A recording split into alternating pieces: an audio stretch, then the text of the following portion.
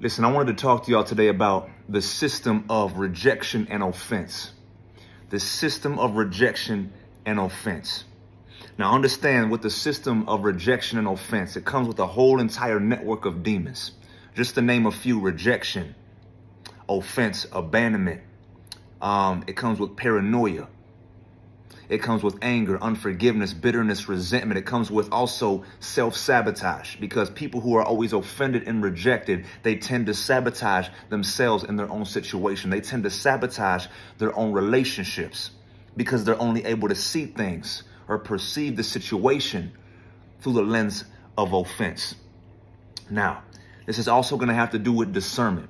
And I'm going to be doing a longer teaching for y'all and going live on the topic of discernment later on. But check this out. So how can offense and rejection begin to cloud your discernment? All right. Discernment is the faculty in which you perceive things. Discernment is being able to identify or test the spirit behind the person or the situation, or the discerning of spirits, right? So you should be able to see past surface level. When you are encountering a circumstance, or you're in a situation, you're in a group of people, or maybe just it's a friend, it's a relationship, whatever you're dealing with, you should be able to test the spirit behind it. You should be able to see the agenda behind it. You should be able to see past surface level, past what people are saying, and you should be able to test and identify what is the spirit behind this person or behind this situation. But now, because the enemy has a crafty way of getting you to see things that aren't even there and causing you to believe it's discernment, this is how the enemy throws us off. This is how the enemy begins to ruin our relationships. This is how he gets us to reject opportunities and reject people.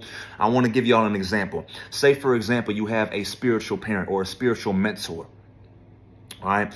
And now you're in a situation where they're trying to bring you correction. They're causing you to face the truth about yourself. This is not a bad thing. It's actually a good thing, because the truth will what? The truth will make you free, correct?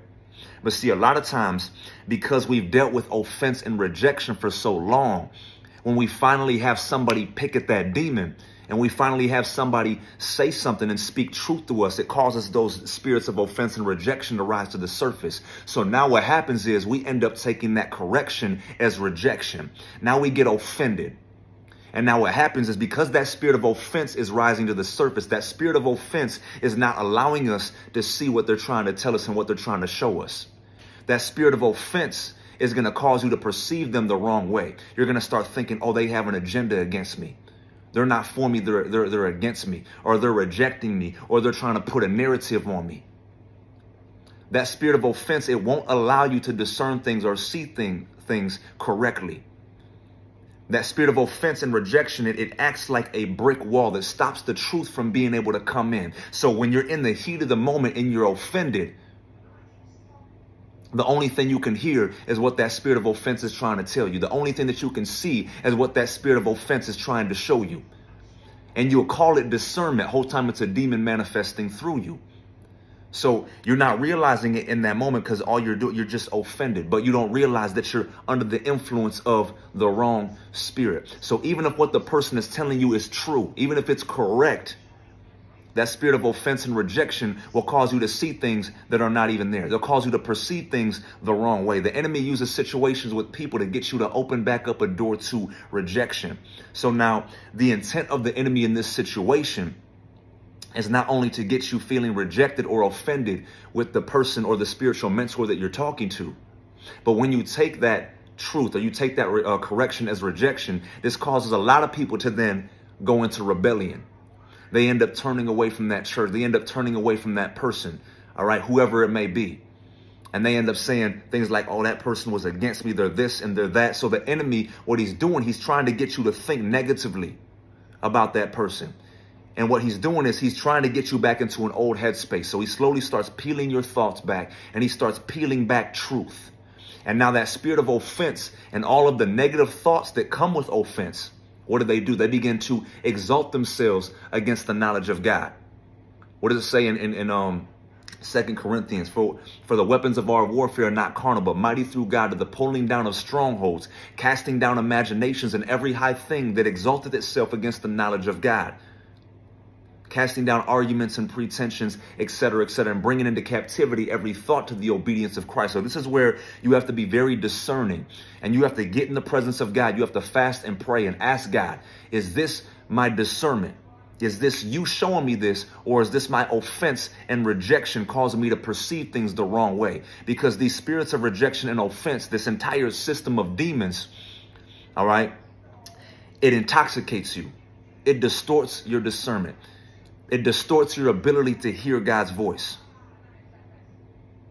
And if that's the case, when you perceive things the wrong way, this is where the spirit of sabotage and self-sabotage come in, because you're going to end up rejecting maybe the very person who was sent to bless you and bring you to where you need to be in life. You might end up rejecting the very opportunity that was the open door for your destiny.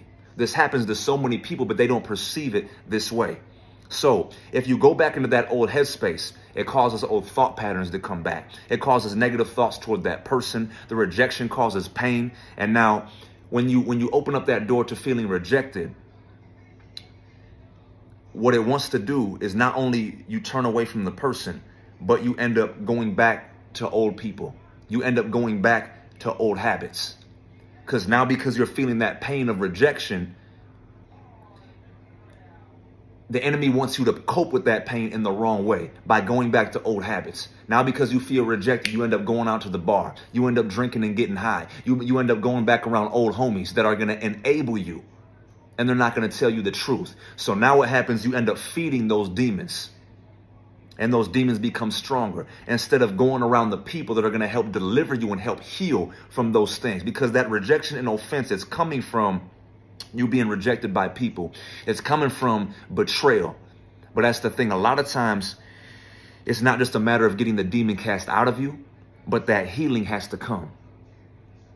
That healing has to come to your soul to really drive that offense out, to drive out that rejection, to destroy and pull down that negative thought pattern. Because listen, let me show you something. The Bible says in Proverbs 18 verses 19, a brother offended is harder to be won than a strong city. A brother offended is harder to be won than a strong city. And their contentions are like the bars of a castle. So a contention, what is a contention? It's a heated disagreement. So again, when you're in a situation where maybe you're dealing with correction and they reveal the truth to you, that spirit of offense rises up. Now you're feeling offended. The only thing you care about is you're offended. You're not trying to hear the truth of what they're trying to show you. You don't care about the different perspective they're trying to show you. All you care about is the fact that you're offended. So a brother offended is harder to be won. Their contentions are like the bars of a castle. So it's like a prison that you're in. It's like a stronghold of the mind that creates a certain thought pattern that gets you to perceive things and interpret situations and interpret people the wrong way.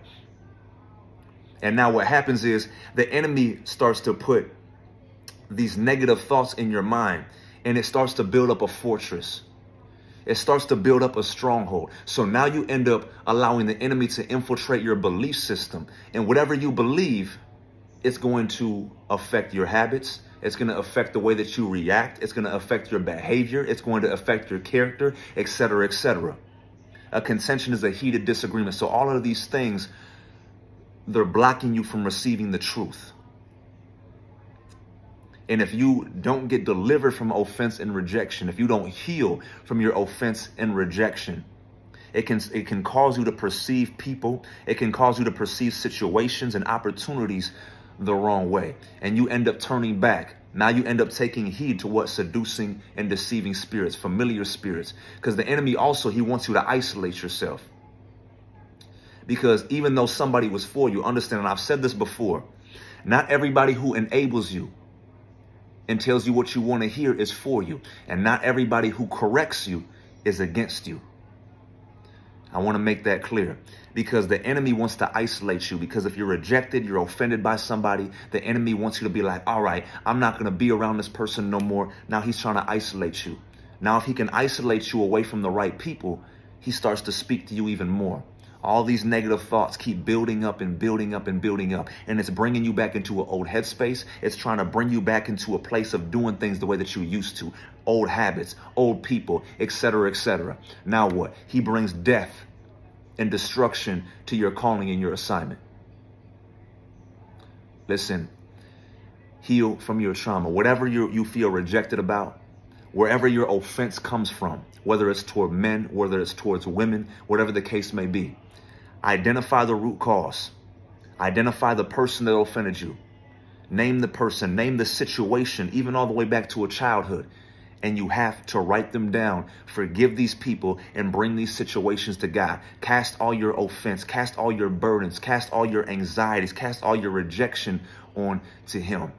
Because all that rejection and offense, this entire network, it's going to cause you to sabotage yourself, sabotage relationships, opportunities, and you're going to end up having just negative thoughts and negative feelings toward people. Whether it be toward women, whether it be toward men, and it's never going to be good. You have to get all that evil and that wickedness out of your heart this season. Amen. I love y'all and God bless. Come on, let's get it.